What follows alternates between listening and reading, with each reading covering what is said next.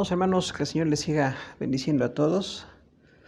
Continuamos con nuestro estudio de Introducción a la Teología. Hoy estamos en la hora 8 de nuestro material. Hay dos temas, los decretos divinos y la providencia. En esta hora sí tenemos una tarea planificada.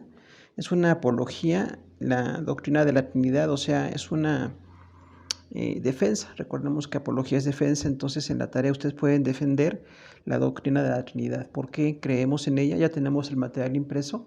Lo que ustedes puedan añadir ahí sería una bendición reflexionar en este tema tan importante. Y recordemos que son tareas de una página, no tienen que ser muy exhaustivas. Vamos pues a ver entonces nuestros temas. Y el primero de ellos es los decretos divinos. Decimos aquí que la doctrina de los decretos en teología está relacionada con la soberanía de Dios. Esto según Efesios 1:11, donde habla de que Dios es soberano. En este tema encontramos dos posturas opuestas, el calvinismo y el arminianismo. Esto es apenas como una introducción al tema de la soberanía de Dios, porque realmente cuando hablamos de decretos, Dios decreta, Dios tiene una autoridad soberana, pero ¿cómo ejecuta esa autoridad y cómo es esa autoridad de Dios? Tenemos que ver muchos temas y como en varios otros asuntos, aquí hay dos posiciones que han tomado algunas iglesias. No mencionamos nombres porque no es el enfoque nuestro como materia, pero sí queremos llegar a una conclusión al respecto. El primero de ellos es el calvinismo. Dice ahí en nuestro material que Juan Calvino fue un francés que vivió de 1509 al 1564 después de Cristo. Él publicó en el 1536 un libro bastante extenso que se llama La institución de la religión cristiana. Puso énfasis en la autoridad de Dios sobre todas las cosas y proponía 5 puntos principales. El primero, la depravación total del hombre. El segundo, la elección incondicional. El tercero, la expiación limitada. El cuarto, la gracia irresistible. Y el quinto, la perseverancia de los santos. Cuando nosotros hablamos de este tema del calvinismo, tenemos que recordar que es apenas la reforma. Cuando se hizo la reforma religiosa o la reforma protestante, empezó a haber nuevos escritores, empezó a haber pues una efervescencia de hermanos, maestros, predicadores y muchas personas con doctrina que estaban muy enfocados en algún punto. Entonces, este teólogo Juan Calvino realmente era un hombre muy preparado, era un abogado. Y cuando él se convirtió al Evangelio, empezó a escribir una serie de temas allí respecto a muchos asuntos de la fe. Pero realmente cuando habló de la institución de la religión cristiana, es un libro que por supuesto se puede conseguir, lamentablemente no en español, pero habla de muchos temas de la fe bíblica, muchos de ellos muy acertados. Realmente tiene mucha buena doctrina en muchos asuntos, pero hay un asunto en el que él se fue mucho, digamos, demasiado al énfasis de la autoridad de Dios sobre todas las cosas, porque nosotros vemos que Dios es una autoridad. Por supuesto, Dios es el Señor, Dios es la máxima autoridad, pero hay una serie de temas complementarios o suplementarios que tenemos que ver con la autoridad divina para llegar a un punto de equilibrado de doctrina realmente nosotros como creyentes, ¿no? De los 5 puntos que él proponía, el punto 1 es la depravación total del hombre. Esto es, el hombre es totalmente pecador, es incapaz de buscar a Dios y pues hay una maldad esencial en el ser humano. Este punto está totalmente bíblico, estamos de acuerdo con él, el hombre es pecador y no puede por medios propios tratar de buscar a Dios. Pero después de la depravación total del hombre, cuando enfatiza mucho la soberanía de Dios, el tema de la elección incondicional, tenemos un conflicto con esto porque cuando habla de la predestinación, como que Dios destina a algunos para ser salvos y a otros para no ser salvos. Entonces es una exageración de la doctrina de la autoridad de Dios, porque realmente cuando Dios elige, estamos viendo el libro de Romanos, de Corintios, habla de un preconocimiento. A la gente que Dios conoce en su omnisciencia se dice que se les elige para algo. Finalmente en Romanos capítulo 8 dice que somos elegidos para ser hechos conformes a la imagen de Jesucristo. Ese tema lo acabamos de predicar el domingo pasado y directamente hablamos cómo si somos predestinados o elegidos para tener el carácter de Jesús. pero no dice el texto que seamos elegidos para ser salvos o no salvos. Ahí empieza un poquito el desfase doctrinal del calvinismo y decimos entonces todo lo que habla de la soberanía de Dios, que puede ser muy acertado en muchos puntos, se empieza a exagerar porque llega a una conclusión en la que Dios elige de una manera incondicional quiénes son salvos y quiénes no son salvos. Y esto lleva a una serie de errores porque, por ejemplo, muchas personas que se sienten salvas ya como calvinistas piensan que nunca pierden la salvación. Entonces ellos piensan que aunque caigan en pecado, siguen siendo salvos. Hay un punto que se llama el hipercalvinismo. Entonces realmente es como una exageración de los puntos calvinistas y diríamos que empezó bien cuando habla de la soberanía de Dios, pero el enfoque que desfasa mucho es que no ve otros doctrinas, otros temas que también están relacionados con la soberanía de Dios. El tercer punto es la expresión limitada, o sea, como la premisa principal es que Dios en su soberanía elige quiénes son salvos y quiénes no son salvos, entonces la expiación está limitada a los que Dios conoce. Los calvinistas dicen, Dios no elige para expiar a las personas que no le van a aceptar. Entonces dice que Jesús murió nada más por la gente que iba a aceptar el Evangelio.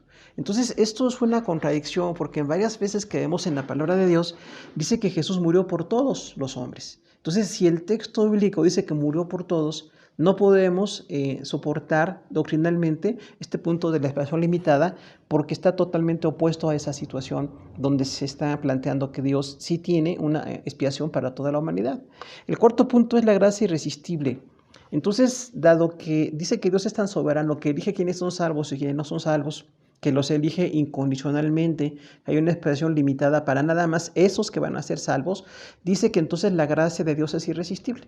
Dice, bueno, como Dios elige a quienes va ya a salvar, la gracia de Él es irresistible para esas personas. Entonces, esas personas, diríamos en un punto muy concreto, el calvinismo desfasa totalmente la idea de la voluntad humana. Entonces dice, la gracia es irresistible. Y como no se puede resistir esa gracia, entonces cuando Él elige a alguien para ser salvo, esa persona va a ser salva. Ahí caemos en un poquito de exageración del punto de la elección, que es otro tema, que sí hablamos de la elección, pero de una manera más equilibrada, ¿no? Porque decimos, la palabra de Dios sí puede, la gracia sí puede ser resistida. Dice la palabra de Dios que la gracia sí se puede resistir. Definitivamente Dios da la libertad, veremos eso con el siguiente punto, pero para que las personas reaccionen a esa decisión de tener el Evangelio o no. Pero entonces digamos que estos puntos, después del punto 1, que es la depravación total del hombre que parece estar bien, la soberanía de Dios que parece estar bien, pero exagera un poco cuando no la relaciona con las decisiones humanas, la elección incondicional está fuera de la palabra del Señor, la expiación limitada también, la gracia irresistible también. Y el quinto punto es la perseverancia final de los santos. O sea, como dice que son elegidos los que van a ser salvos, entonces dice que al final esos que van a ser salvos van a perseverar. O sea, no van a perder la salvación. Y ahí tenemos un punto muy fuerte de conflicto, porque las personas que piensan que no pierden la salvación pueden andar en pecado. Lamentablemente, aunque la iniciativa de Calvino sobre la soberanía de Dios era exponer cómo Dios es inmensamente soberano, estamos de acuerdo con eso, pero el problema es que entonces, como elige a los que van a ser salvos, dice que al final los que ya fueron elegidos para esa salvación van a perseverar.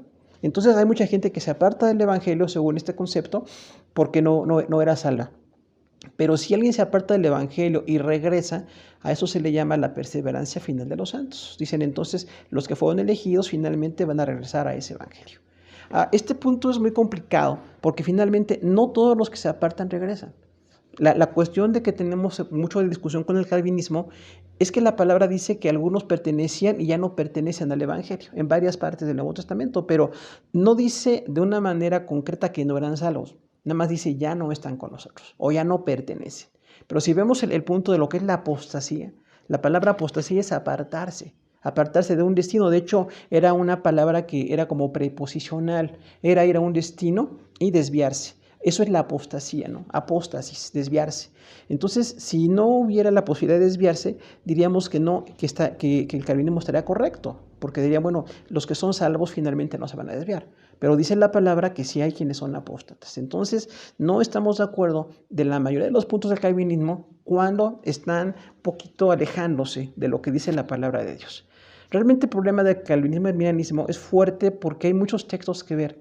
Como iglesia, nuestra idea no es aprobar quiénes están bien o no están bien en doctrina, nuestra idea es analizar las doctrinas. Y analizamos la doctrina del calvinismo, nada más es muy rescatable la idea de la soberanía de Dios, pero siempre relacionada con la voluntad humana, como veremos enseguida en toda la clase que tenemos el día de hoy.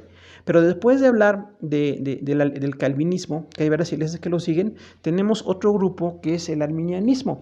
Dice el punto 2, Jacobo Arminio, holandés, que vivió de 1560 al 1609, él redactó la obra Disputaciones y escribió 5 artículos. En la oposición al concepto calvinista de la predestinación, considera al hombre como receptor de la gracia divina. Su propuesta doctrinal también son 5 puntos. Es la doctrina del pecado. El punto 2 es la predestinación condicional, relacionada siempre con la omnisciencia. El punto 3, Jesús murió por todos los hombres. El punto 4, la libre voluntad del hombre. Y el punto 5, la importancia de la fe. Ahora, nosotros no estamos en un enfoque de decir queremos ser calvinistas o queremos ser arminianos. Nosotros queremos ser equilibrados en la palabra. Pero creemos que está mucho más equilibrado el concepto arminiano en cuanto a los otros aspectos de la salvación. Dios sí es soberano, como dice el calvinismo, pero el arminianismo tiene razón en las propuestas que hace respecto a que nosotros somos receptores de esa gracia divina y de esa salvación. El punto 1 que tiene Jacobo Arminio es la doctrina del pecado. Nosotros vemos ahí que realmente el pecado es destructivo, lo traemos en el corazón, es algo que destruye todo lo que en nuestro ser y es permanente el pecado. Tenemos que estar luchando constantemente, ya aún como salvos tenemos la batalla con la carne y con el mundo y tenemos que estar realmente pues opuestos a esas conductas pecaminosas. Pero realmente esa doctrina del pecado que marca Jacobo Arminio es correcta. Sí, el pecado nos afecta y nosotros tenemos que tomar la decisión. Y seguimos o no seguimos en la santidad que Dios demanda. Ahora, el calvinismo acusa al arminianismo de que las personas somos como corredentoras con Dios. Dicen, es que ustedes si quieren defender el pecado y la decisión del hombre, entonces los cristianos son como parte de los que se redimen a sí mismos. Decimos, bueno, nunca decimos que nos redimamos, nada más que si tenemos el compromiso de permanecer en esa fe. Dios es quien salva, la salvación nunca la quita de manera arbitraria, eso estamos de acuerdo con el calvinismo. Dios nunca nos quita la salvación de manera así totalmente injusta, pero a veces los arminianos traen ciertos problemas también de exageración en cuanto al pecado, porque algunos piensan que cualquier pecado nos aparta de Dios. Entonces hay un grupo de personas que sí están señalando cualquier pecado para apartar a la gente de Dios. Y digamos, eso es un error, porque realmente el pecado está en nosotros, pero tenemos que seguir batallando con él hasta que vamos siendo cada vez más fuertes en lo espiritual. Como dice la palabra en varias ocasiones, el ocuparme de la carne es muerte, más el ocuparme de lo espiritual es vida. Entonces, cada que nosotros estamos consagrándonos, orando, buscando del Señor, vamos amortiguando la fuerza del pecado en nosotros, pero nunca va a desaparecer. Finalmente el pecado siempre va a estar presente hasta que el Señor nos lleve a su presencia y seamos cuerpos perfectos y ya para estar con la eternidad con el Señor. Pero el pecado, mientras estamos aquí, va a seguir siendo parte de la batalla que tenemos cotidianamente. El punto 2 es la predestinación condicional relacionada con la omnisciencia. Estamos totalmente de acuerdo. Siempre que la palabra de Dios habla de una predestinación, dice a los que antes conoció.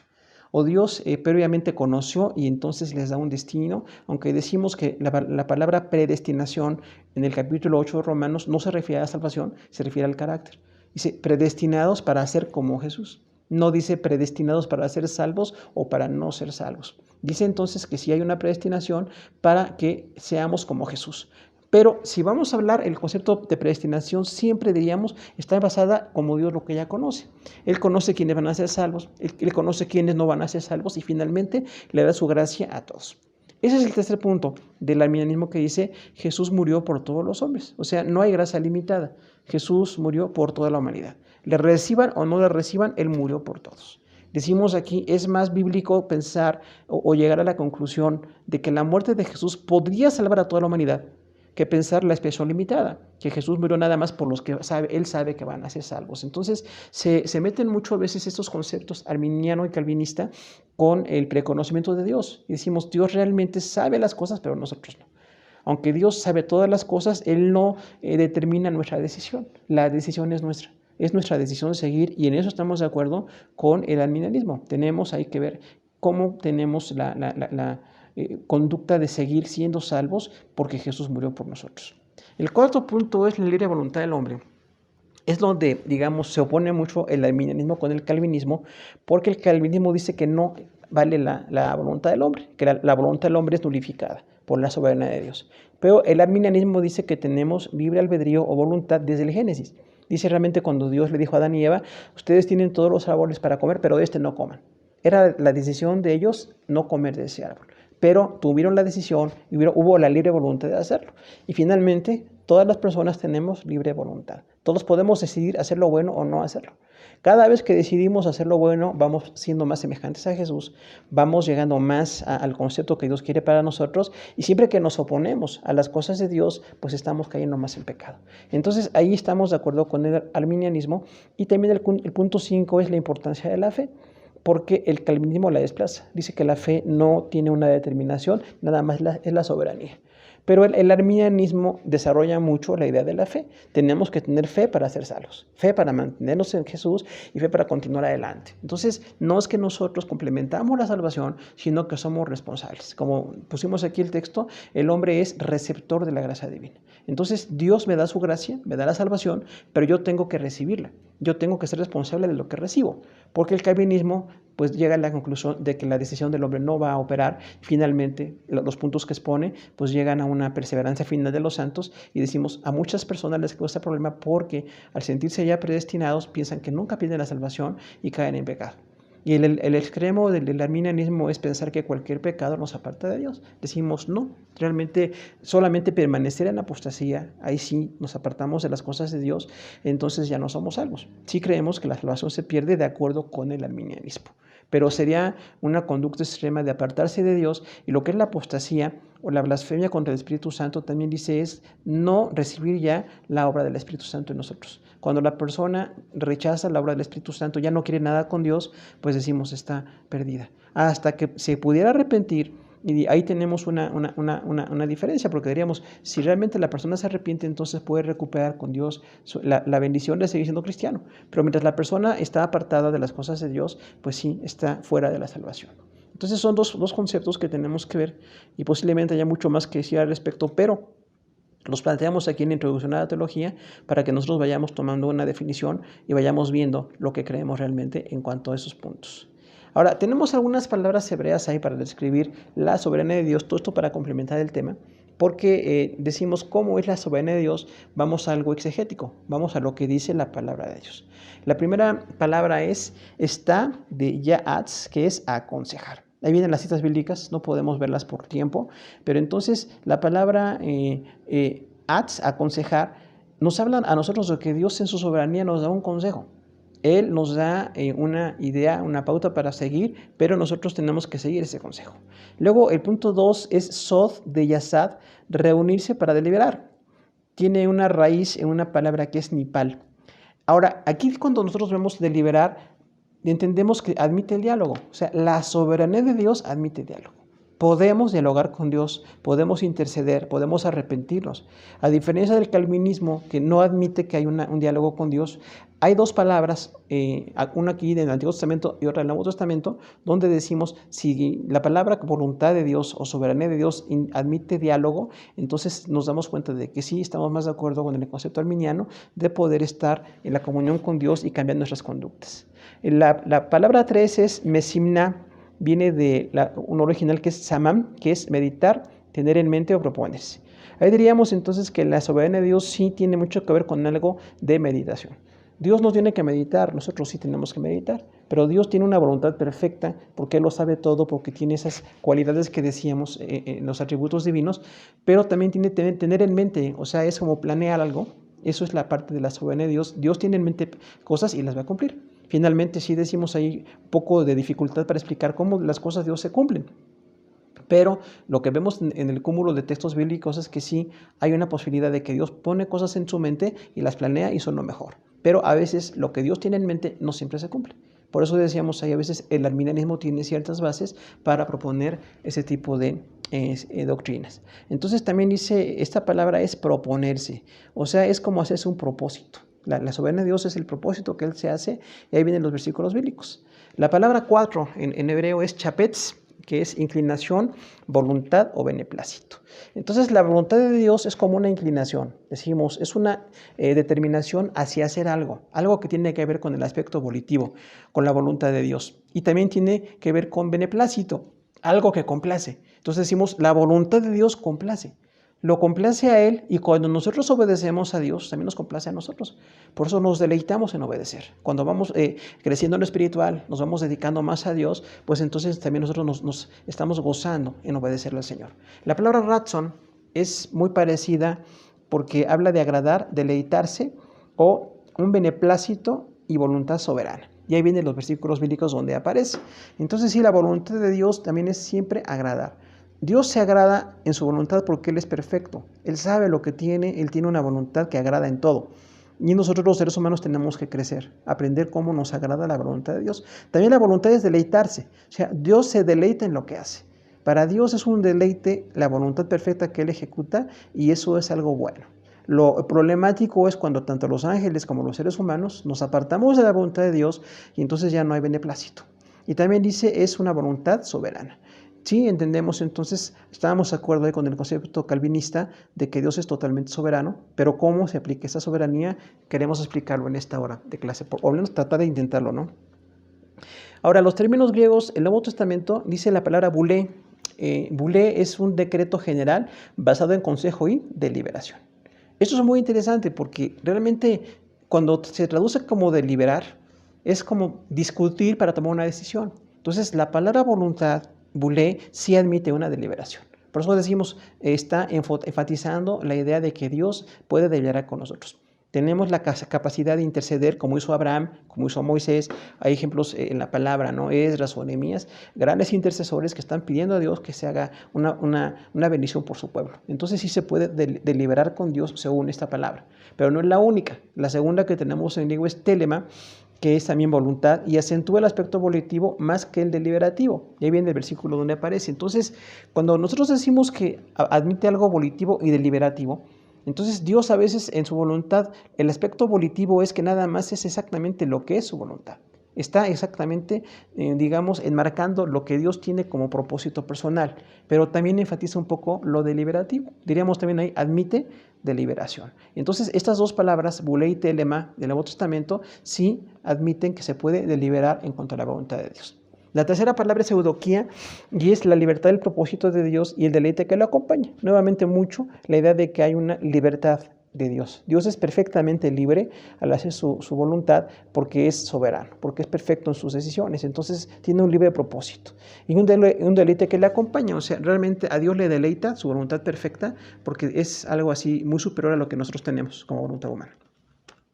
Vamos a hablar un poco más, dándonos cuenta de esa discusión que hay entre arminianismo y calvinismo, cómo nos ayuda mucho el contexto temático. Siempre decimos tenemos que ir al tema desarrollado en toda la Biblia. Y cuando hablamos de la voluntad de Dios es un tema muy diverso. Realmente hay muchos versículos que nos vienen aquí en esas hojas, pero podemos llegar a conclusiones.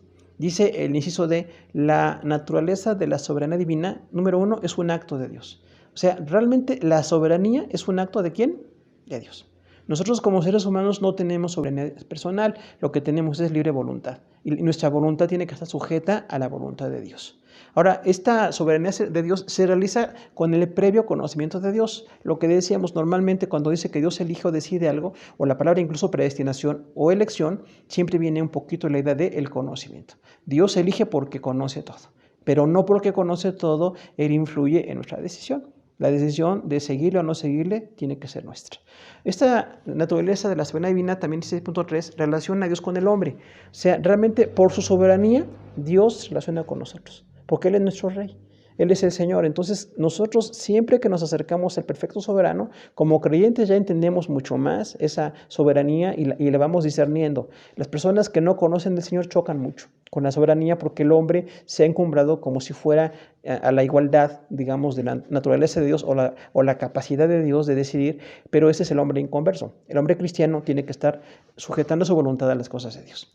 La cuarta idea que tenemos aquí, dice, es la manifestación y ejercicio interno de los atributos divinos. O sea, en esa soberanía de Dios se están funcionando todos los atributos, todo lo que Dios es. Lo que decíamos en clases pasadas de los atributos de Dios, Antiguo y Nuevo Testamento, todos los atributos de Dios se relacionan con su soberanía. Por eso es una soberanía perfecta, porque Dios es bueno, porque es perfecto, porque conoce todo, porque tiene la capacidad, porque tiene la eternidad, porque tiene una santidad. Entonces, de esa manera le decimos, la soberanía de Dios siempre se relaciona con el carácter total de Dios. Ahora, el inciso E que tenemos aquí es las características de la soberanía de Dios. Igual por tiempo no podemos ver todos los versículos, pero ustedes pueden tomarlos incluso para sus tareas, pueden hacer de aquí algo de conclusión para lo que decíamos de los temas. Pero el punto 1 de la característica de la soberanía de Dios está fundada en la sabiduría divina. O sea, la soberanía fundada en la sabiduría. Dios es soberano, ejerce una majestad, ejerce una autoridad perfecta porque Él es sabio. ¿Quién más sabio que Dios? Entonces, si Dios es perfectamente sabio, nosotros podemos confiar en que su soberanía es buena. También esta soberanía es eterna, se relaciona con que Dios ha existido siempre, decíamos. Dios existió siempre en el pasado, existe en el presente y existirá en el futuro. Entonces, como Dios es eterno, también sus atributos son eternos. Y entonces esa sabiduría y esa soberanía de Dios son eternas y podemos confiar entonces en esa calidad.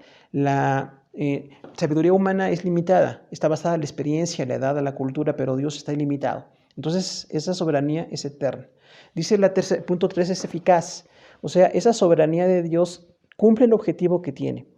Y veremos ahora, hay algunos puntos más que se tienen que añadir, pero realmente es eficaz. Cuando Dios decide algo, la voluntad de Dios es perfecta, es eficaz. Si nosotros cada vez nos apegamos más a la voluntad perfecta de Dios, veremos que es eficaz.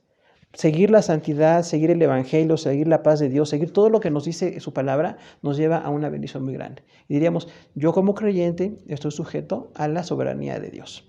El punto 4 es que es universal o lo abarca todo. Entonces, esa soberanía de Dios está sobre todo porque Dios está por encima del universo. Dios es el autor del universo, pero también es el Señor o el Rey del universo. Entonces, su soberanía está sobre todo lo creado. Y eso es, digamos, pues totalmente incomparable. No hay ningún otro ser que tenga la capacidad de abarcarlo todo. El único ser que lo puede abarcar todo como su dominio es Dios. Entonces, ni ángeles buenos, ni ángeles malos, ni humanos podemos abarcar absolutamente más que lo que Dios decretó para nosotros. Pero cuando esto lo trasladamos, la soberanía de Dios, a cómo Él abarca, decimos, bueno, la soberanía de Dios está en todo, puede abarcarlo todo. Está en punto 5 relacionada con el Señor del Creador. O sea, siempre esa soberanía de Dios es porque Dios es Señor. Es un Señor perfecto. Y también diríamos, estudiar el señorío de Dios es un tema muy amplio, pero un Dios perfecto, un amo perfecto para nosotros es Dios. Entonces, por eso nosotros sí creemos en la soberanía del Señor y nos sujetamos a ella. Dice el punto 6 que permite el pecado temporalmente. Aquí hay un punto que va muy en contra de lo que dicen los calvinistas, porque dicen que como Dios es tan soberano, no admite nada que no esté en esa perfecta soberanía de Dios, pero hay una cuestión ahí que tenemos de contradicción. Hay textos bíblicos que dicen que Dios permite cosas. De hecho, algunos teólogos le llaman la voluntad permisiva de Dios. Dios permite algunas cosas. Esto no le quita soberanía a Él, pero es una forma de manejar su señorío que nosotros como seres humanos a veces no lo entendemos, ¿no? Porque quizás diríamos el calvinista, Dios es tan señor que no toma en cuenta al hombre. O los arminianos que dicen, bueno, Dios sí toma en cuenta al hombre. Y decimos, bueno, realmente lo que vemos aquí como textos es que Dios tiene una soberanía absoluta que abarca todo, pero permite el diálogo y también permite cosas que no están de acuerdo a su perfecta voluntad en este momento. Ahí diríamos muchos de nosotros, no está Dios de acuerdo con los delitos, no está de acuerdo con las personas que abusan unos de otros, con la esclavitud. Sin embargo, lo permite y a su tiempo les juzgará. Entonces, la soberanía del Señor permite cosas temporalmente. Y ahí choca mucho con los seres humanos. Tal vez tengamos ese conflicto, que a veces los seres humanos queremos ver a Dios como nosotros. Yo digo, o tengo todo el control o no lo tengo. Y decimos aquí Dios lo tiene todo, pero permite cosas que no están en su voluntad, porque Dios es santo, y es perfecto y es sabio. Entonces, por eso decimos, ahí tenemos algunos versículos que entran en contradicción con el enfoque calvinista. Punto 7 dice, ejercida y por el bienaventurado y solo soberano, Rey de reyes y Señor de señores. O sea, realmente quien está siendo soberano es Dios. Es un solo soberano, Él es el único Rey eterno, grande. Cuando dice Rey de reyes es superior a todos los reyes. Señor de señores es superior a todos los señores. O sea, Él es el más alto Rey que ha existido y cuando ejerce esa soberanía nosotros vemos que es bueno. Porque así como Él es bueno, así como Él abarca, como Él es santo, su soberanía también siempre tiene que ser buena. Y algo interesante también, la soberanía de Dios pertenece a las tres personas divinas. Y ahí vienen los textos. A veces aparece el Padre como soberano, a veces el Hijo o a veces el Espíritu. O a veces dos personas o a veces las tres personas. Pero entonces el único que es perfectamente soberano, diremos, es el Dios Trino. Las tres personas divinas son perfectamente soberanas. Vamos a ver ahora la relación de la soberanía y la voluntad divinas. Relacionada a la soberanía con la voluntad. Decimos soberanía es el reino de Dios y la voluntad de Dios es el decreto que Él ejerce, que es bueno y es perfecto. Entonces, no vemos los versículos también, pero vamos a ver las conclusiones. Dice el número 1, los fieles anhelan hacer la voluntad de Dios. Entonces, cuando nosotros estamos en Cristo, es nuestro anhelo hacer la voluntad de Dios.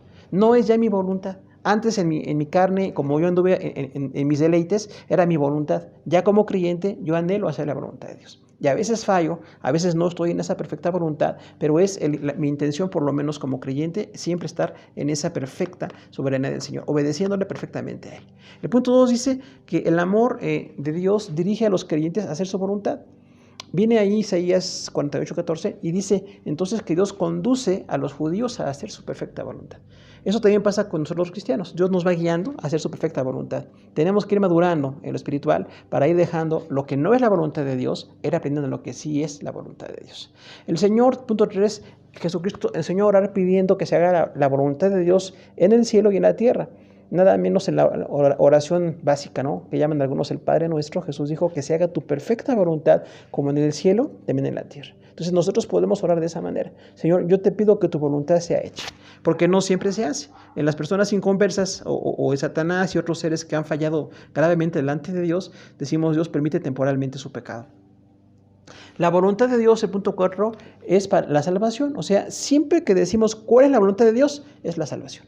Dios quiere que la gente sea salva, Dios quiere que los salvos permanezcan en santidad. Esa es la perfecta voluntad de Dios. Fuera de esto hay muchos decretos y decisiones de Dios que a veces entendemos, otras veces algunos que no entendemos, pero lo básico que podemos nosotros comprender es que Dios quiere que la gente sea salva.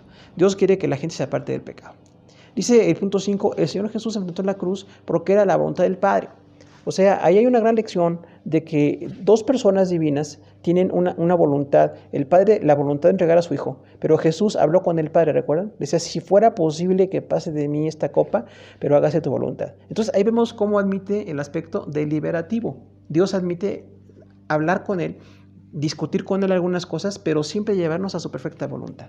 Sin embargo, Jesús se sujetó totalmente a la voluntad del Padre, porque con esto nos trajo la salvación. Dice el punto 6, el nacimiento de Jesús es evidencia de buena voluntad para los hombres. Entonces, realmente cuando Jesús nació se dijo eso, ¿no? Buena voluntad en la tierra para los hombres. Entonces, cuando Jesús viene a nacer y sabemos que iba a morir y resucitar, la buena voluntad de Dios vino con Jesús. Y vino por su sacrificio, vino por su muerte, pero también por su señorío. No nada más porque Él viene a morir por nosotros, sino porque Él es el Señor. Cada día que nosotros estamos bajo este señorío, estamos haciendo la perfecta voluntad de Dios. De hecho, sería muy bueno como hijos que cada día digamos, Señor, yo quiero hacer tu voluntad. Yo tengo el propósito de hacer tu voluntad. Si en algo lo estoy haciendo, yo me siento contento. Pero en lo que no estoy haciendo tu voluntad, te pido que tú me corrijas. Dice el punto 7 que la voluntad del Padre es la resurrección de los creyentes. También, como decíamos, si la voluntad de la salvación, también es la resurrección. Dios quiere que resucitemos en el día postrero. Dios levantó a su Hijo de la muerte y nos da la muestra de lo que va a ser la resurrección general o final de los creyentes. Entonces, esa es su voluntad. La voluntad de Dios es que resucitemos. Ahí implicaría mucho la santidad, ¿no? Decíamos la consagración, la constancia, el seguir en las cosas de Dios, el creer el Evangelio, el ir madurando cada día más, porque el ser cristianos es una bendición muy grande, pero sí implica muchos compromisos que tenemos con Dios. Dice el punto 8, los cristianos tienen herencia en Cristo conforme al propósito del que hace todas las cosas según el designio de su voluntad. Entonces, tenemos la herencia de la salvación y las bendiciones del Señor conforme al propósito. Ahí dice entonces, la voluntad de Dios es su propósito. Y este propósito perfecto de Dios hace todas las cosas según el designio de su voluntad. Describe una voluntad perfecta, una voluntad que está aplicándose siempre y a la cual nosotros aspiramos cada día más a irnos adaptando y a ir viviéndola como Dios quiere. El punto 9 dice, en su encarnación y sacrificio, el Señor Jesucristo hizo la voluntad de Dios. Entonces, cuando Jesús se encarnó y murió, hizo la voluntad de Dios. Dice ahí la voluntad de Dios en general, ¿no? Diríamos la voluntad de la Trinidad. Entonces, cuando Jesús se encarnó, eso de dejar todos sus atributos, utilizarlos y venir aquí a nacer en un lugar con pobreza, con hambre, con todo lo que Él padeció como padecemos los seres humanos. En todo esto hizo la perfecta voluntad de Dios. Entonces la voluntad de Dios a veces sí nos lleva a ciertos asuntos donde hay sufrimiento, donde hay alguna incomodidad. Porque a veces los creyentes nada más quieren una voluntad muy de comodidades, ¿no? Diríamos un lugar donde me siento contento, pero área de confort, dicen algunos, y no, a veces la voluntad de Dios nos lleva a situaciones que no son tan cómodas, pero tienen un propósito. Y el sacrificio de Jesús fue pues decíamos, la muerte cruenta, ¿no? La muerte sangrienta de Jesús. Entonces, la perfecta voluntad de Dios fue que su Hijo muriera por nosotros.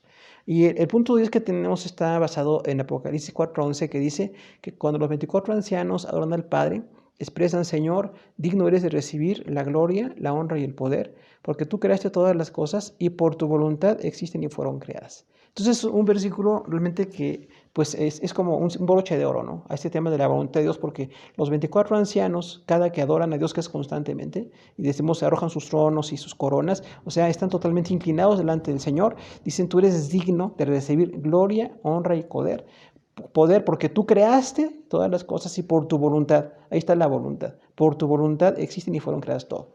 Todo lo que fue creado es porque tú tienes la autoridad, porque tú tienes la gloria y la honra y el poder. Entonces nosotros, cuando conocemos la voluntad de Dios, le podemos adorar cada día más. Diríamos eso: cuando más conocemos la voluntad de Dios, más le adoramos. Entonces creo que es lo que podemos ver de versículos principales respecto a el tema de la voluntad de Dios y los decretos divinos que manejan algunos en teología. Vamos al siguiente tema, que es la providencia divina. Y bueno, vamos a hablar de esta definición. Dice: la providencia divina es el continuo ejercicio de la fuerza divina por medio de la cual el Creador preserva a todas sus criaturas, opera en todo lo que tiene que suceder en el mundo y dirige todas las cosas hacia su determinado fin. Entonces, es así como la provisión de Dios, perfecta para todas esas cosas, ¿no? Es una fuerza de Dios para que se haga lo que Él quiere, para preservar la creación. Como decíamos, Dios preserva su creación, no nada más la creó, constantemente está preservando, le da la bendición de seguir funcionando por su poder, por su gracia, y esto pasa en toda la creación y también, por supuesto, en los seres humanos. Y dice que también esa fuerza de Dios opera en todo lo que tiene que suceder para que se dirijan las cosas hacia su determinado fin. Otra vez un poco se involucra la idea de la voluntad de Dios, que tiene Dios un propósito, tiene Dios un fin, y entonces nosotros tenemos que ir cada día más conociendo más ese propósito o ese fin de Dios. Ahora, el punto 1 que tenemos ahí, viene en los versículos. Salmo 103:19 dice: Jehová estableció en los cielos su trono y su reino domina sobre todos. Entonces, es lo que decíamos de que Dios es un rey perfecto, por encima de todos, y está de verdad gobernando y dominando sobre todos. Dice el punto 2, Salmo 22:28, porque de Jehová es el reino y Él regirá las naciones. Ahí habla en presente y en futuro. De Jehová es el reino. O sea, Dios es rey permanentemente. Hoy es el rey. Pero en el futuro, dice, regirá las naciones.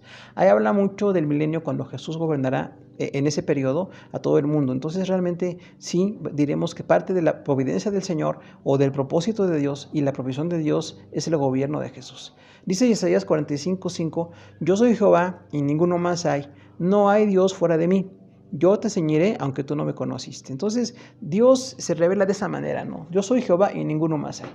Solamente hay uno que es Dios. En eso decimos, en la soberanía, en la divinidad perfecta de Dios. No hay nadie más. No admitimos por eso ninguna adoración a otros dioses o seres tan especiales. Fuera del Padre, el Hijo y el Espíritu Santo, no hay nadie más. Fuera de las tres personas que forman a un solo Dios verdadero. Dice: yo te ceñiré aunque tú no me conociste. Recordamos que la idea de ceñir es como preparar. Entonces, Dios preparó a los judíos, dice: aunque tú no me conociste. Nosotros decimos, bueno, realmente cuando nosotros nacemos no conocemos a Dios. Igual los judíos que con los cristianos tenemos que llegar al punto de conocer a Dios para entonces ir viendo su perfecta voluntad. Dice el punto 4, Mateo 10:30, pues aún vuestros cabellos están todos contados. O sea, en ese perfecto control de Dios de todo, aún nuestros cabellos están contados. Algo que para nosotros no es así como tan importante decir cuántos cabellos tengo, una cosa así. Dios tiene perfecto control de todo. Él sabe perfectamente todo lo que existe y lo que deja de existir. Y eso pues habla mucho de cómo tiene una providencia perfecta para todo. Dice Romanos 8:28, y sabemos que a los que aman a Dios, todas las cosas les ayudan a bien. Esto es, a los que conforme a su propósito son llamados. Decíamos mucho en este texto que habla de: aquí estamos predestinados como creyentes, ser formados como Jesús. Dice ahí: y sabemos que a los que aman a Dios, o sea, aquellos que tienen ese amor perfecto por Dios, todas las cosas les impulsan para bien. Los que tienen el propósito de Dios como lo más importante. Por eso dice, a los que conforme a su propósito son llamados. Cuando el creyente sabe que el propósito de Dios es lo más importante, todo puede contribuir a bien. Aún el dolor, como vemos en ese pasaje, todo el sufrimiento que está hablando, bueno, por todas las situaciones que pasamos, si estamos en el amor de Dios, nos van a impulsar. Lejos de alejarnos, lejos de detenernos, nos van a llevar las cosas de Dios cada día más cerca. Dice en Gálatas 1:15, pero cuando agradó a Dios que me apartó desde el vientre de mi madre y me llamó por su gracia, hablando del apóstol Pablo, de su llamamiento, dice que a Dios le agradó. Entonces decimos por eso, en esa voluntad perfecta de Dios, en esa providencia de Dios, cuando a Él le agrada hacer algo y lo hace, como en ese caso salvar a un hombre como Pablo, dice, bueno, pues fue una bendición muy grande para este hombre, reconocer que Dios le preparó, dice, me apartó desde el vientre de mi madre. Ahí hablamos mucho cómo Dios tiene propósito desde antes, ¿no? Porque los humanos vamos viendo la experiencia personal, cuando nacemos, cuando crecemos, cuando tenemos algo agradable, algo desagradable, pero Dios lo conoce todo desde el principio, ¿no? Algunos dicen, Dios conoce el fin desde el principio. Entonces, por eso dice Pablo, Dios me apartó desde el vientre de mi madre. Ahí diríamos, todos los creyentes somos apartados por Dios con un propósito, aún antes de nacer, antes de que fuéramos creyentes, antes de que supiéramos de Dios, ya Dios tenía un propósito para nosotros. En el caso de Pablo era ser un apóstol. Cada uno de nosotros teníamos otra noción de a qué nos llama Dios. Dice, y me llamó por su gracia. Entonces realmente cuando hablamos del llamamiento de Pablo, dice, me llamó por su gracia, porque recordamos que era un perseguido, quizás como muchos hemos sido terribles pecadores, pero por su sola gracia, por el regalo que produce gozo, Dios llamó a Pablo para que fuera un apóstol. Entonces por la gracia de Dios, dice el apóstol, Dios me llamó, aunque fui pues un hombre destructivo, un hombre religioso. Que equivocado. Dice el punto 7, Filipenses 4:19, mi Dios pues suplirá todo lo que os falta conforme a sus riquezas en gloria en Cristo Jesús. Otra vez el apóstol Pablo hablando a la iglesia de Filipos, una iglesia con la que habló mucho de amor, con la que habló una relación muy, muy bella como apóstol y como iglesia que fue fundada por él. Dice entonces, Dios va a suplir todo lo que les falta a ustedes. Ahí vemos la providencia del Señor. Dios va a suplir todo lo que nos falta. No vamos a estar en un punto en que no haya una provisión, aunque a veces no tenemos la provisión como quisiéramos o no la vemos, no la discernimos, pero Dios siempre provee todas las cosas. Dice, todas las cosas va a suplirla conforme a sus riquezas, o sea, no hay una medida para que Dios deje de proveer. La providencia no se acaba porque está basada en las riquezas de Dios. Ahí espiritualmente Pablo dice, entonces toda la riqueza espiritual que tiene Dios, todos los recursos que tiene, de ahí viene la provisión para ustedes los creyentes. Entonces Dios suplirá todo porque tiene esas riquezas. Son riquezas en gloria. O sea, finalmente las riquezas donde Dios está en esa gloria eterna, en esa luz eterna, ahí en esa infinitud, Dios va a proveer para nuestras necesidades. Y son riquezas en gloria en Cristo Jesús. Entonces, habla mucho de cómo Dios provee en nuestras necesidades porque tiene riquezas en esa gloria, pero también en Cristo Jesús. Toda la provisión de Dios viene en Cristo. Si en Jesús viene la salvación, en Jesús también vienen otras cosas, viene la providencia que decíamos, de otro tipo de necesidades, ¿no? De sanidad o de familia o de situaciones que nos afligen, ahí Dios tiene una bendición. Otro punto de la providencia es la preservación.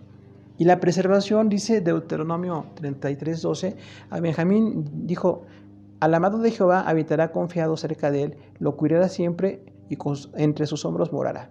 Entonces, cuando Dios a cada una de las patriarcas de Israel le da una definición y les da un carácter, entonces a cada uno de ellos Dios tiene una preservación. El preservar es proteger de la destrucción. Dios nos preserva a todos desde destruidos. El día que Dios quiera llamarnos a su presencia será en su voluntad perfecta.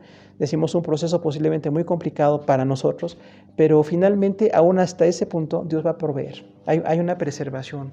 A Benjamín se le dijo, eres amado de Jehová. La provisión de Dios nos lleva a saber que somos amados por Dios. Y dice, y Dios habitará cerca de él. Entonces esa preservación que nos habla de una amor de Dios también nos habla de una comunión. Dios nos ama y tiene comunión con nosotros. En eso está su providencia también para nosotros. Dice, lo va a cubrir siempre. El cubrir siempre habla de una protección. Cuando Dios nos protege, hermanos, es una bendición muy grande. Aunque esto se le dijo a Benjamín, espiritualmente diríamos, todos tenemos diferentes situaciones de existencia o de necesidades personales, pero Dios nos cubre siempre. Y entre sus hombros morará. Entre los hombros morará es una palabra como de consentir a alguien, ¿no? Así como a nuestros hijos que los abrazamos. Entonces dice, entre sus hombros morará, habla mucho de una protección, como de un papá que guarda a un hijo pequeño. Entonces, esa preservación de Dios para nosotros también es porque somos para Él como hijos pequeños. No importa la edad que tengamos, las necesidades que tengamos, para Dios somos como hijos pequeños. Dice el punto 2 de la preservación, Mateo 10:20, porque no sois vosotros los que habláis, sino el Espíritu de vuestro Padre que está en vosotros. Entonces, cuando se habla del evangelismo, donde vamos a estar compartiendo la palabra de Dios, también está la providencia de Dios. Ahí está la provisión de Dios para que podamos seguir adelante. Dice, no son ustedes los que hablan, o sea, el estar evangelizando, sí, aparentemente somos nosotros los que hablamos, nosotros evangelizamos, nosotros hablamos, usamos la palabra. Dice, pero el Espíritu Santo habla en ustedes. Habla mucho de la comunión del Espíritu Santo. Y diríamos, entonces, este aspecto de que cuando hablamos las cosas de Dios, el que nos dirige es el Espíritu Santo. El Espíritu de vuestro Padre habla en vosotros. Y todos tenemos testimonios de que habiendo hablado o presentado algo de las cosas de Dios, sentimos esa gran ayuda. No es que tengamos la habilidad o que tengamos nosotros algo muy natural, es la gracia de Dios. Por la gracia de Dios podemos hablar el Evangelio y podemos compartirlo. Dice Hechos 17:28, porque en él vivimos y nos movemos y somos, como alguno de vuestros poetas también ha dicho, porque el linaje suyo somos. O sea, ahí habla mucho lo que Pablo evangelizaba en Atenas, recordamos, y cómo hablaba de los dioses y los conceptos de los dioses de Atenas, pero dice, realmente sí, en él los vivimos y nos movemos y somos. Finalmente, si tenemos vida, es porque estamos en Dios. Cada momento en que nosotros vivimos, estamos totalmente seguros que Dios tiene la perfecta voluntad en nuestra vida. No hay nadie que pueda vivir fuera de la voluntad de Dios. Nosotros tenemos que predicar eso, por eso la tarea de evangelizar, de ganar a gente para Cristo. En Jesús nos movemos. Dice, nosotros estamos viviendo y moviéndonos, porque realmente Él es el centro, es como el eje de nuestra vida, ¿no? Dios está pues como el centro de lo que yo tengo que vivir. No nada más lo que yo quiero vivir, lo que Dios quiere que yo viva. Y me muevo, todo lo que puedo hacer es por la gracia de Dios, cuando Dios quiere, como Dios quiere, y somos. Ahí habla mucho de la existencia. Nos vivimos, nos movemos y somos en Dios. Y bueno, cuando dice linaje suyo somos, habla de un poeta de los griegos, y realmente sí decía, pues los seres humanos somos un linaje de Dios. Lo que el poeta no sabía es que para ser linaje de Dios hay que estar en Cristo. Pero realmente a unas personas que no conocen de Dios, algo entienden de que los seres humanos fuimos creados por un Dios perfecto, por un Dios bueno. Ahora vamos a ver el punto final, que es la concurrencia, y ahí tenemos que ver varias situaciones. Dice que la concurrencia del poder de Dios y autoridades subordinados tiene relación con la realidad del pecado y con el gobierno divino. Entonces, este aspecto de concurrencia, que también se llama de esta manera como hacer coincidir. Decimos nosotros, el poder de Dios coincide con poderes subordinados. Entonces, por eso decíamos, Dios tiene la perfecta voluntad, tiene el propósito, tiene su poder actuando en algo, pero hay también algunos poderes subordinados, donde Dios actúa con o actúa en contra de algunas situaciones, ¿no? Tiene relación con el pecado y el gobierno divino. El pecado siempre está oponiéndose a las cosas de Dios. Y ahí la concurrencia viene entonces para llevarnos a santificación, para llevarnos a hacer el plan perfecto de Dios en nuestra vida. Dice Josué 11:6, mas Jehová dijo a Josué, no tengas temor de ellos, porque mañana a esta hora yo entregaré a todos ellos muertos delante de Israel. Desjaretarás sus caballos y sus carros quemarás a fuego. Recordamos que una gran batalla que Josué no podía ganar, Dios le dice, no te preocupes, en esta ocasión tú no vas a pelear, porque por la concurrencia, o sea, esa coincidencia del poder perfecto de Dios con el pecado de los enemigos de Israel, Dios iba a hacerlos totalmente derrotados, sin que Josué interviniera. Y vemos nosotros cómo en esa forma de hacer coincidir la perfecta voluntad y poder de Dios, podemos confiar en que Dios tiene control de todas las cosas. Cuando hay situaciones que para mí no son manejables, yo sé que no puedo con ellas, yo sé que quizás no tengo la preparación, no tengo el deseo de enfrentar, pero si Dios me pone en ese propósito de estar enfrentando situaciones, tengo que ver que la concurrencia viene. El poder de Dios, la gracia y la provisión de Dios va a hacer que suceda. Entonces ahí Josué 11 tiene ese testimonio tan grande en Israel y en Josué, pero se aplica también a nosotros. Por la misericordia de Dios, situaciones muy difíciles de manejar, situaciones que pensamos que no podemos nosotros con ellas, Dios permite que salgamos con victoria porque ese es su propósito. Efesios 1:11 dice, en él mismo tuvimos herencia, habiendo sido predestinados conforme al propósito del que hace todas las cosas según el designio de su voluntad. Este texto fue el primero que mencionamos en la clase de hoy. Ahora tenemos que analizarlo un poquito. Cuando Pablo habla a los Efesios, dice que en él tuvimos herencia, habla de Jesús. Nuestra herencia como creyentes es en Jesús. Eso está parte de la concurrencia. En este caso, para algo bueno. Coincide el poder y la gracia de Dios para que nosotros tengamos la herencia espiritual. Dice, habiendo sido predestinados conforme al propósito del que hace todas las cosas según el designio de su voluntad. O sea, ahí decíamos, Dios nos predestina a su propósito. Nos lleva a cumplir ese propósito y hace todas las cosas según el designio de su voluntad. Nosotros podemos confiar que lo que está pasando y lo que va a pasar siempre está de acuerdo al propósito perfecto de Dios. La única tarea que tenemos nosotros como creyentes es seguir, obedecer, ser constantes, buscar, entregarnos más, consagrarnos más cada día, para que haya una concurrencia más positiva. Que no sea que nuestro asunto de la concurrencia sea que Dios tenga que intervenir cuando yo cometo pecados, cuando estoy oponiéndome a las cosas de Dios. Dice que hay una bendición para los que saben que todo viene de acuerdo a la perfecta voluntad de Dios. Apocalipsis 1:6 dice, y nos hizo reyes y sacerdotes para Dios su Padre, a Él sea gloria e imperio por los siglos de los siglos. Amén. Entonces, aquí la concurrencia es como Dios, siendo Rey eterno y perfecto, nos hizo a nosotros reyes y sacerdotes para Dios. Dios comparte su reino con nosotros porque nos lleva a estar con Él. Nosotros no somos reyes como Él, pero realmente Él, siendo el Rey eterno y lo más grande que hay en cuanto a los reinos, nos hace la bendición de estar disfrutando de un reino inconmovible y perfecto. Y si sacerdotes para Dios, o sea, somos intermediarios, somos intercesores para la gente. Cuando nosotros somos creyentes, algún día reinaremos con Dios. Pero ahorita sí tenemos entonces un sacerdocio. Tenemos que estar predicando, tenemos que estar orando, llevando la palabra de Dios, haciendo la labor de compartir la palabra de Dios para que la gente conozca más a Dios cada día. Dice, a este Dios sea la gloria e imperio por los siglos de los siglos. Amén. El apóstol Juan termina su libro así, diciendo que toda esa gloria que Dios merece en todos los 22 capítulos del libro, a Él sea la gloria, a Él sea la gloria, a Él sea la gloria. Entonces nosotros decimos ahí en la concurrencia, mi propósito no es tener la gloria yo, sino darle la gloria siempre a Dios. Yo quiero darle en todo la gloria al Señor. El punto D dice la providencia extraordinaria o milagros. Entonces, la concurrencia también se lleva a ver a los milagros. Cuando Dios interviene en algo que parece un gran milagro para nosotros, ahí vemos nosotros cómo coincide el poder y la gracia de Dios con un propósito divino. Dice Mateo 4:23, y recorrió Jesús toda Galilea, enseñando en las sinagogas de ellos y predicando el evangelio del reino y sanando toda enfermedad y toda dolencia en el pueblo. Entonces, este resumen que hace Mateo del ministerio de Jesús dice que Jesús recorrió toda Galilea. Jesús predicaba en toda esa provincia, ¿no? Y recordamos, era hacer llevar la salvación a gente que no estaba en un pacto con el Señor. Enseñaba en las sinagogas de ellos. O sea, parte de lo que hacemos es eso, predicar, enseñar, ir a las reuniones, estar en donde la gente quiere buscar las cosas de Dios. Seguir predicando el evangelio del reino. O sea, nosotros también tenemos en esa concurrencia de Dios, si queremos ser útiles en su reino, hay que predicar siempre el evangelio. Pase lo que pase, nos vaya bien o mal, yo tengo que predicar el evangelio. A las personas que conozco, a las personas que no conozco, a quien yo tengo la cercanía, a quienes no la tengo que buscar la manera de que se les predique el evangelio. Predicar es el evangelio del reino. Decimos, no es un evangelio personal o un evangelio de éxito, es el evangelio del reino. Nosotros predicamos que Jesús murió para llevarnos al reino de Dios. Estamos en esa concurrencia perfecta, habiendo sido imperfectos y pecadores, ahora estamos en el reino de Dios, siendo como sus hijos, siendo parte de la gente que predica y que vive lo que Dios quiere que vivamos. Sanaron toda enfermedad. Habla ahí entonces de los milagros como concurrencia del poder perfecto de Dios en la limitación y la carencia humana. Toda enfermedad nuestra, hermanos, es una carencia.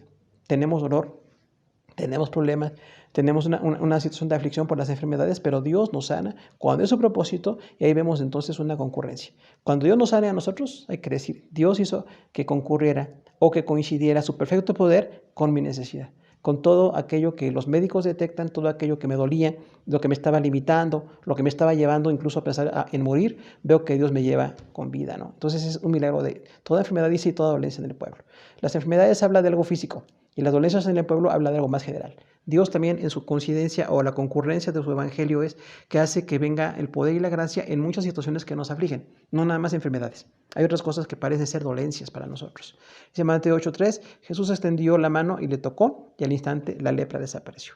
El milagro de que una persona fue tocada para ser sanada de lepra habla del gran amor de Jesús, porque usted recuerda que no podemos tocar físicamente a los leprosos, pero Jesús tocó. En varias ocasiones algunos leprosos y fueron sanados. Hay varios testimonios en los evangelios, pero ahí vemos nosotros cómo la concurrencia dice, Jesús extendió la mano y le tocó. O sea, le atendió. Jesús fue a ver que estaba con esa lepra y le tocó. Y Jesús quiso que fuera sanado, ¿no? Dice, y al instante su lepra desapareció. Una enfermedad que era tan grave, tan dolorosa, tan realmente, pues, hacía señalar a la gente como alguien que está contagiando a otros, en ese momento dice Jesús que tocó y desapareció la lepra. Entonces, esa concurrencia del poder de Dios es el milagro de una sanidad que para todos ha sido de bendición. Pero una lepra seguramente pudo haber sido algo muy complicado. Entonces, Dios, en su concurrencia, en ese poder que tiene para dar la bendición, hace que puedan las personas ser sanadas como un acto de la misericordia divina.